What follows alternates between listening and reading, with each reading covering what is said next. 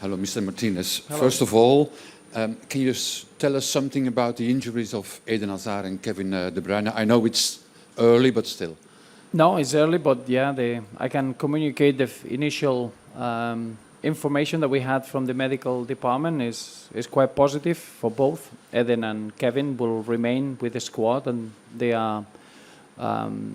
got no structural damage. What we're running is against the time. The game is on Friday, and still very difficult to see them fully fit. So we need to take every day, and if we were going to play today, they wouldn't be fit to play. But we're going to take every day as an opportunity to get them fit. The medical information says that if the game will be in the next phase, they will be fit to play. So that means that they're going to be involved in the camp. They're going to work with us, and we'll see how every day progresses.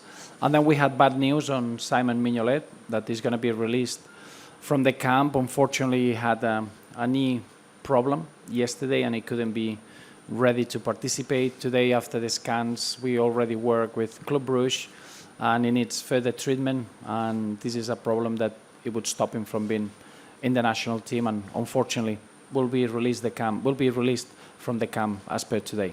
Mark?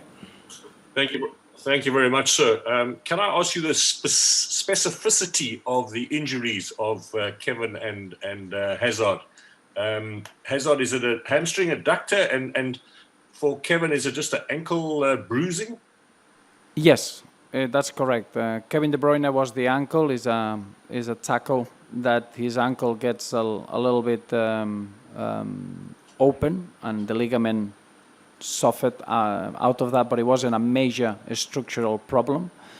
And with Eden was a sensation in his hamstring, but after the images today, we've seen that there is no structural damage either. So both, they were part of two impacts. So we hope that over the next few days, we'll recover them pretty quickly. Now, the game is on Friday, and that could be probably too close. Okay, thank Can you. you give us a percentage, perhaps? 50-50. Sorry, could you give us a percentage on that? 50-50. 50-50. Yeah.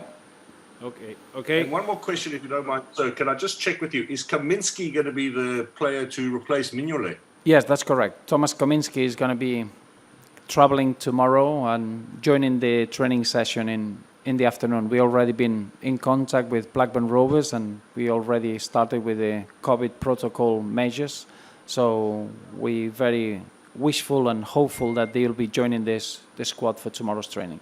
If it was an option to replace Eden Hazard sooner in the game because of the toughness of the game, the play the Portuguese were exposing.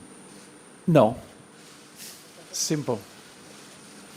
It's a knockout phase. You don't play 90 minutes. You could play up to extra time. You're in a goal lead. Probably this is the best game I've seen Eden Hazard play for 2 years.